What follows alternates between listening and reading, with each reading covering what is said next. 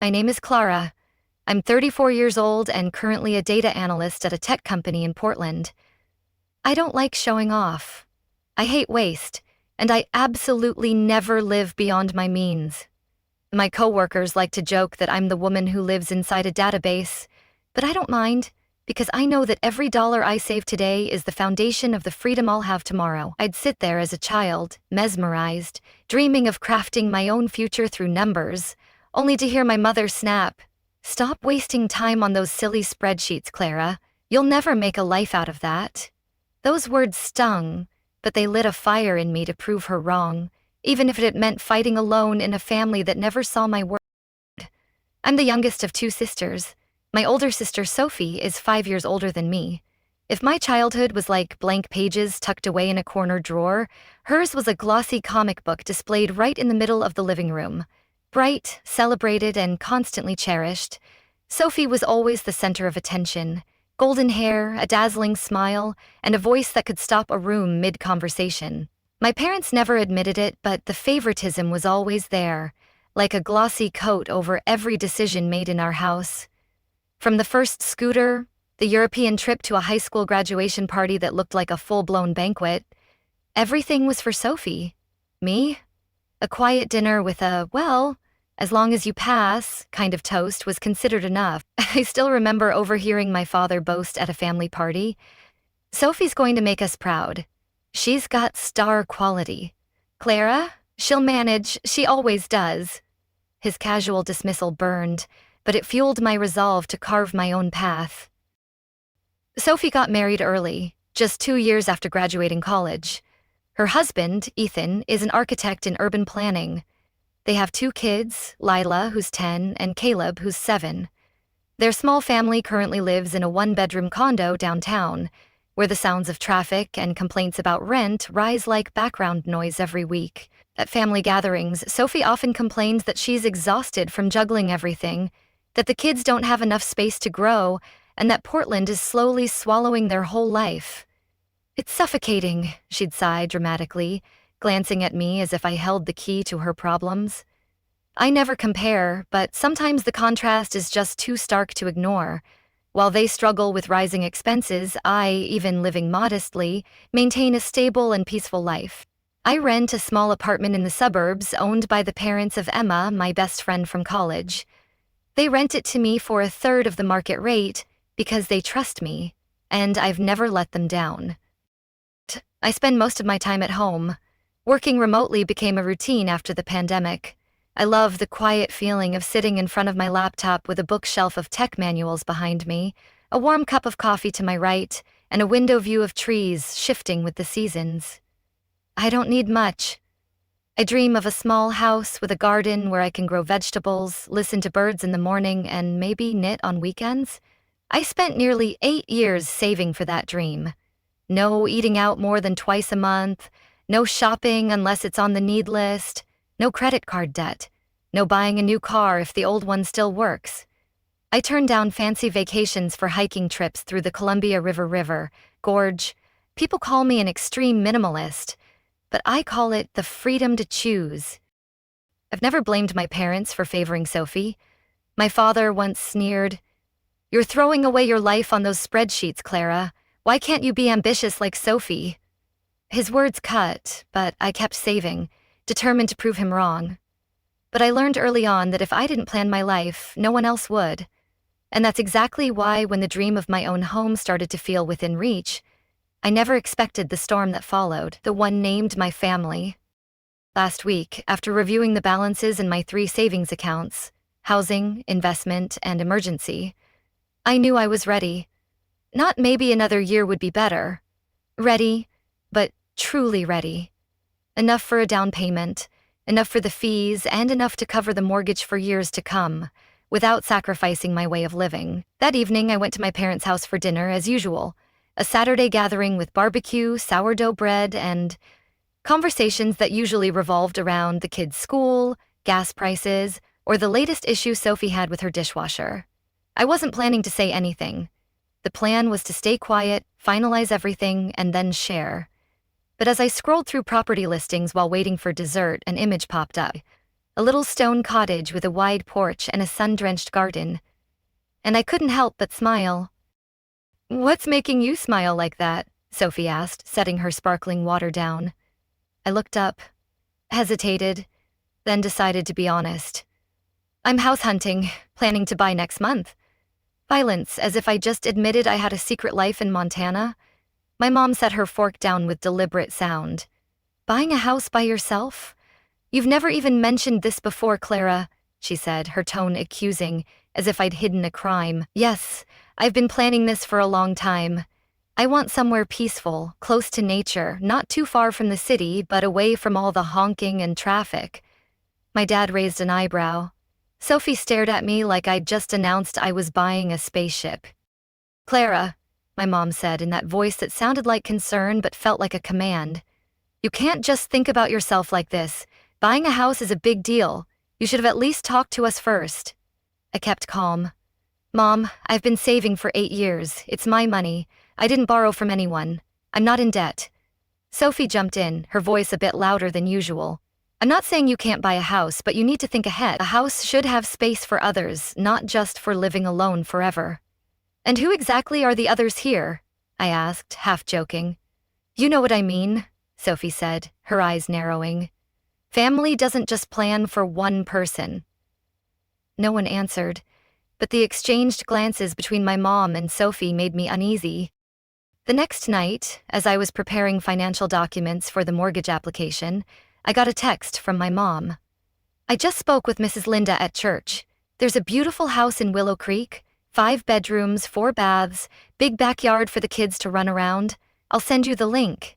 Then came a flood of messages from Sophie. "You have to check this one out. Great school district, supermarket nearby, even has a home theater. If you get that place, we could visit more often." I looked at the giant living room, the hotel-like kitchen with 3 refrigerators, and sighed. "Thanks, but I'm looking for something smaller and quieter." Sophie replied with just one word. "Why, you're being ridiculous, Clara," she texted later. "Why would you want to live like a hermit when you could help us?" "Help you?" I texted back, my fingers trembling. "This is my dream, not your backup plan." I didn't respond further. 4 days later, during lunch break, my mom called, excitement in her voice. "Sweetie, I just saw the house on Oak Lane.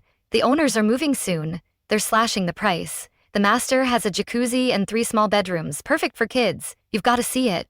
I closed my eyes for a second and replied as gently as I could. "Mom, I really don't need that much space. I don't have kids, and I'm not planning to have anyone move in all day." "You'll want to," she argued. "And even if not, Sophie and the kids could come stay on weekends. They needed the space. A condo is way too cramped." That's when it hit me. The pieces fell into place. The hints, the exchanged looks at dinner, the family-friendly listings. None of it was random. They didn't just want me to buy a house, they wanted me to buy one for them. I overheard my mother whispering to my father later, "If Clara doesn't step up, Sophie's family will never get out of that awful condo." And I knew if I stayed silent, if I went along just to avoid upsetting anyone, it'd be giving up the most precious thing I'd built my entire adult life. A life that was truly mine. I signed the contract for my dream home on a bright May morning. A 1-bedroom stone cottage nestled among the cedar trees north of Salem, about a 50-minute drive from downtown Portland. A spacious backyard, a small shed, and raised garden beds already in place. As I stepped onto the porch and took the keys from the former owner, I almost cried. Not out of sentiment, but because for the first time I was choosing my life. No interference, no director. I kept it secret that whole week, planning to share it at Friday dinner at my parents' as a happy surprise. I imagined a proud smile from Dad, a teary hug from Mom. But when I said the words, "I bought a house," the entire room fell still. Sophie stiffly set her glass down, eyes fixed on me. "You bought it? You mean you already signed everything?" I nodded, giving a soft smile. "Yes, last week. I'm moving in at the end of the month." My mom sat up straight, placing her hand on her chest like she'd just heard something earth-shattering. "And how could you make that decision on your own? You know, we've been house hunting for you." We frowned, a cold shiver running down my spine. "What do you mean?" Who exactly? Sophie looked up, expressionless. Ethan and me. We've thought this through. The house Mom picked is near the best elementary school in the area. Lila and Caleb would each have their own room. You don't need that much space. It's perfect. I laughed silently.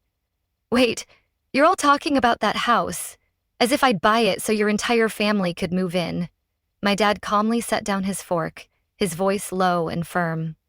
Clara, you're the only one in the family who's financially stable right now. Helping each other is what family does.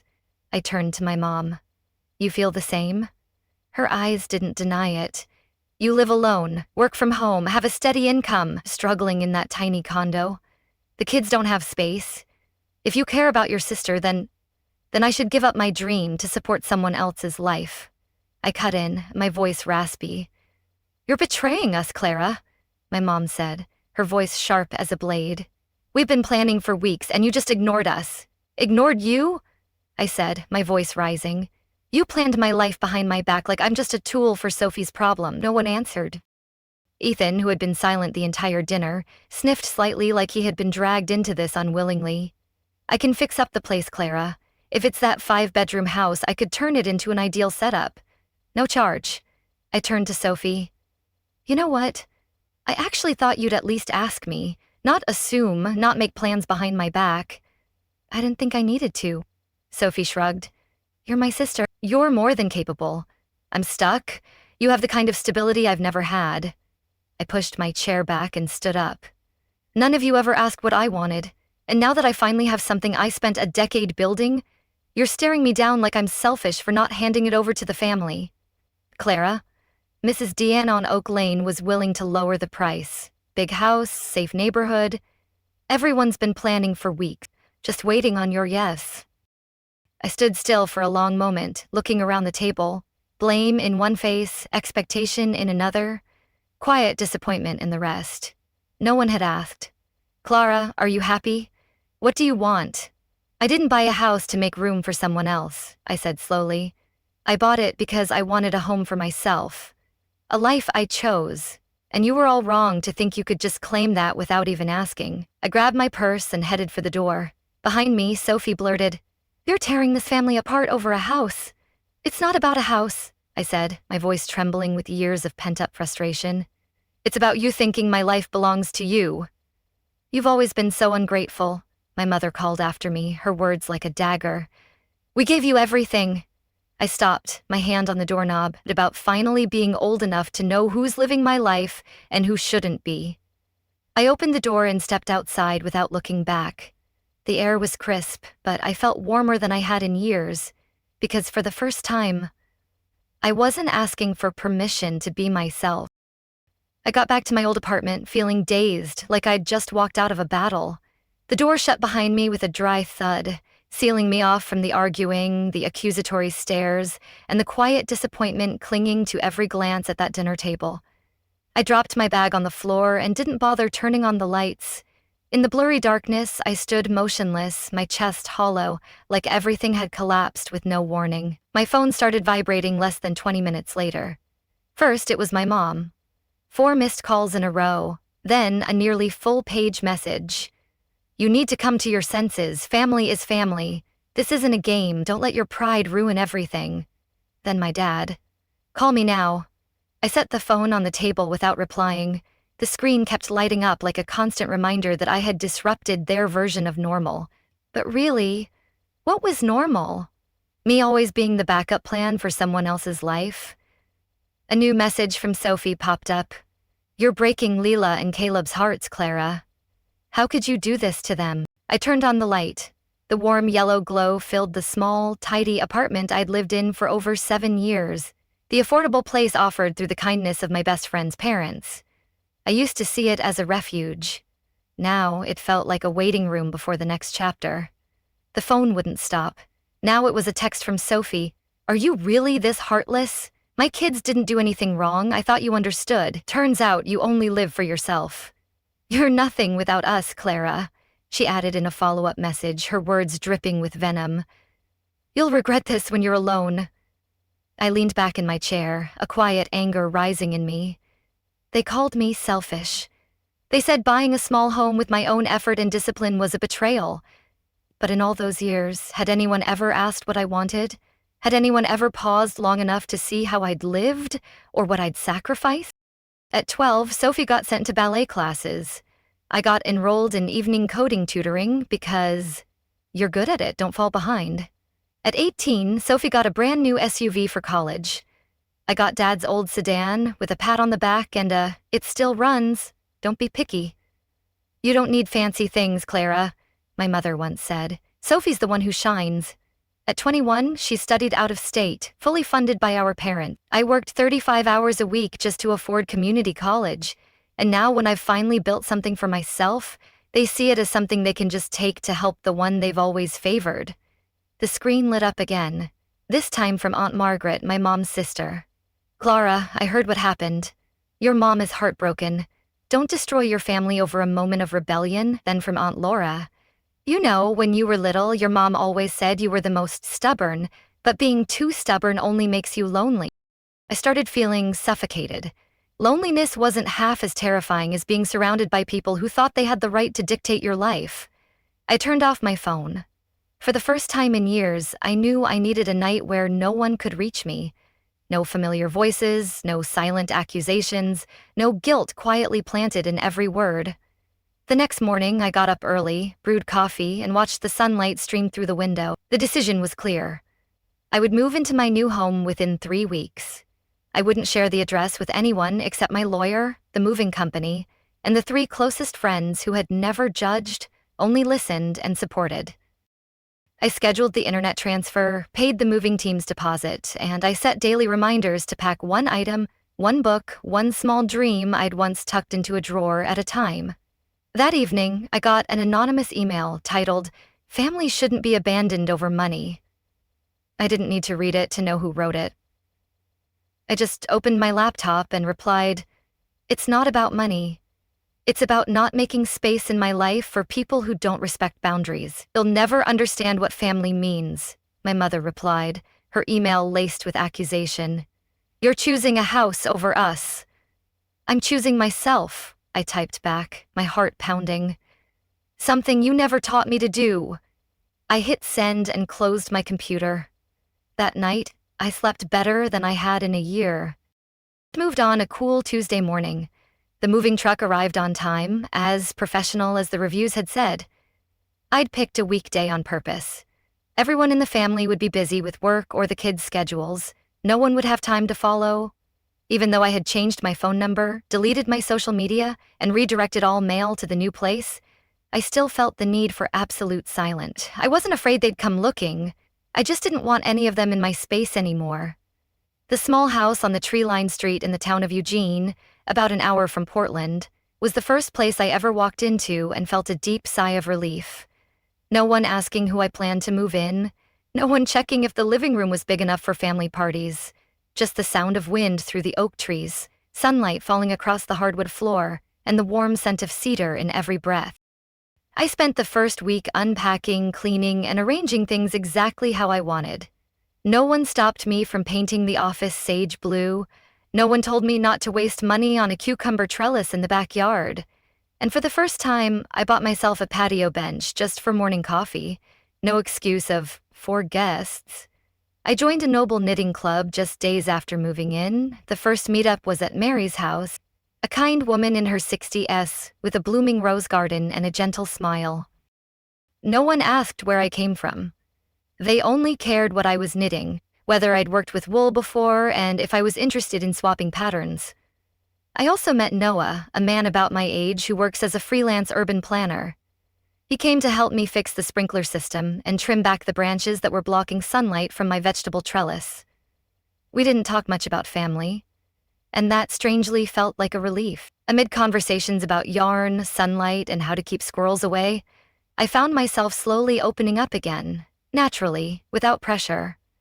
"You seem like you've been carrying a lot," Noah said quietly one day, noticing my hesitation.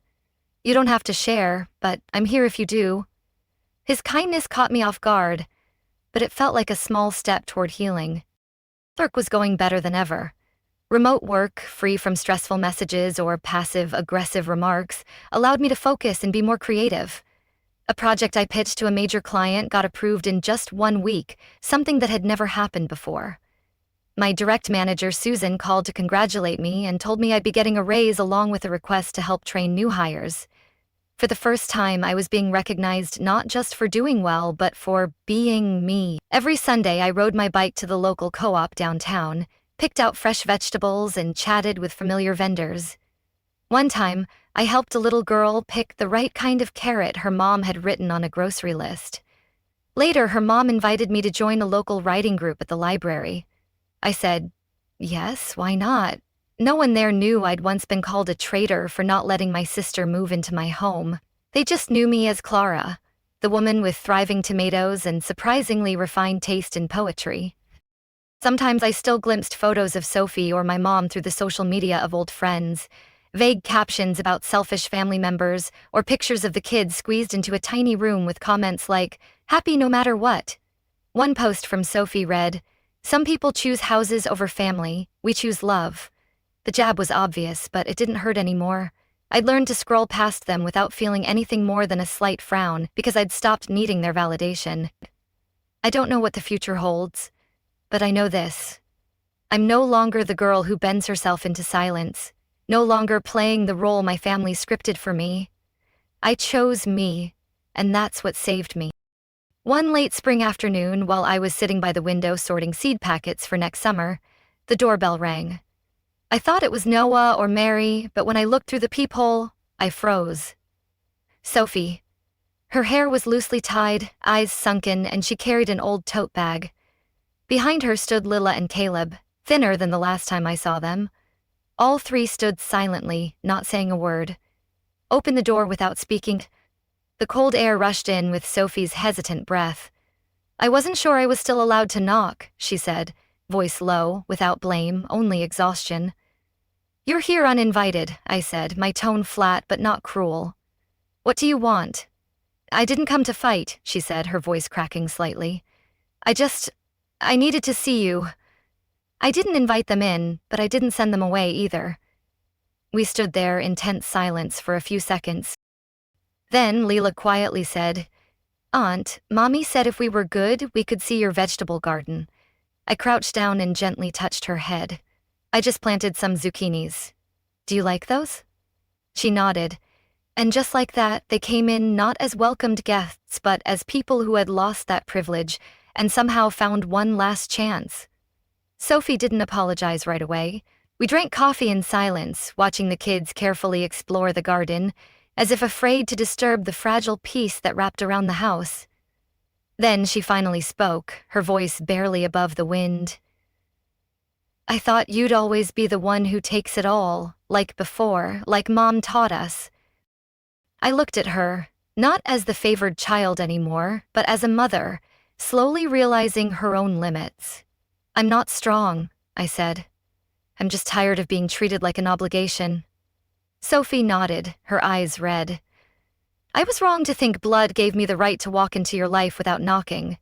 You planned my life without even asking me, I said, my voice steady but heavy. That hurt more than anything. I know, she whispered, barely audible. I saw you as a safety net, not a person. I'm sorry. I didn't say I forgave her. I didn't accuse her either. Everything that needed saying had already been left behind. But I knew that didn't mean I'd forget. 4 weeks later, I took Lila and Caleb to the town's art fair. The kids buzzed around, picking out coloring books, and I spotted Noah leading a craft activity for kids under an oak tree. Kalina ran up, asking for colored pencils, and Lila sat down like the place had always been hers.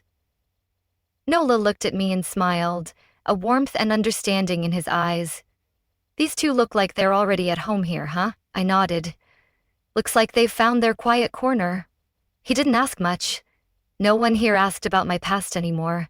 They only cared how I was living today. I started to realize the space around me wasn't just a house. Every tomato plant, every radish bed, every notebook on the wooden shelves was part of a life I had built with my own hands. Not for anyone else, for me. And for the people I chose to let in. Family, I realized, isn't just about shared blood. It's the people who respect your boundaries, the ones who knock before entering your heart, the ones who don't treat your kindness like a permanent obligation. Mary invited me to join her for the upcoming summer festival. The writing group nominated me to host next month's meeting.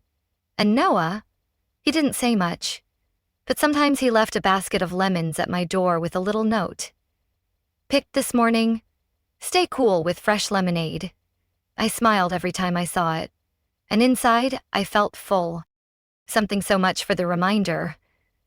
I'll rewrite the ending to make it both surprising and logical, with emotional depth, staying true to Clara's story. A journey of growth, boundaries, and a heart still open to sincere remorse. One evening, while I was finishing up a data analysis report for a client, my phone lit up with a message from Sophie. I'm looking for a new job. Not asking anything from you, just wanted to say, I'm managing on my own now. Thank you for not slamming the door shut. I didn't reply right away. I simply looked up out into the garden under the gentle moonlight. Peace no longer felt like a luxury, it was a result of choice. And I knew I had chosen well. Family can be born of blood, but sometimes the deepest, most lasting relationships are nurtured through choice, respect, and kindness. A week later, I received an email from HR. We're reviewing candidates for the new data training program. One applicant, Sophie Lane, included a reference letter stating she'd been guided by an independent analyst during her career shift. That analyst is you. I froze. I had no idea Sophie had taken that much initiative. What surprised me even more, she had quoted something I once wrote on my professional blog. Everyone deserves a fresh start, but you have to take that first step on your own. Sophie hadn't reached out asking for help. She didn't ask me to put in a good word. She chose a different path, quietly showing she was changing through action, not word. Later that day, I found a voicemail from Sophie. Clara, I'm not asking for forgiveness yet. I just want you to know, I'm trying to be someone you'd respect. Thank you for showing me how. That evening, returning from writing group, I spotted a small note clipped to my wooden fence. Aunt Clara, I helped Mom write her resume. I think she's trying really hard, just like you. She still doesn't drink mint tea the right way, but I'm teaching her. Did you plant more yellow zucchinis? It was Lila's handwriting, messy, heartfelt, and enough to make my chest tighten. I sat down on the front steps, watching the leaves sway in the early summer wind. I didn't cry, but something inside me softened, like ice touched by the first summer sun after a long, bitter season. None of us are perfect, but we're learning to grow. Not to meet someone else's expectations, but because we want to become better versions of ourselves. 4 weeks later, Sophie officially joined the internal training program. She walked into the same building where I worked, not as Clara's sister, but as Avalon's. And for the first time, I saw her nod toward me in the lobby, a silent acknowledgement that seemed to say, "Thank you for teaching me to knock before trying to walk back into your life." That night, Noah stopped by with a basket of lemons and a few sprigs of dried thyme. No note, no explanation, just the quiet presence of someone who didn't need to know my past but was always there when I was ready to share. I placed a basket on the table, brewed a pot of coffee, and opened the window. The scent of soil, wind, and fresh tomatoes from the garden wrapped itself into every breath I took. I don't know what lies ahead, but this I know for sure. I no longer live to please others. I live to be true to myself and to leave the door open only for those who know how to knock with humility.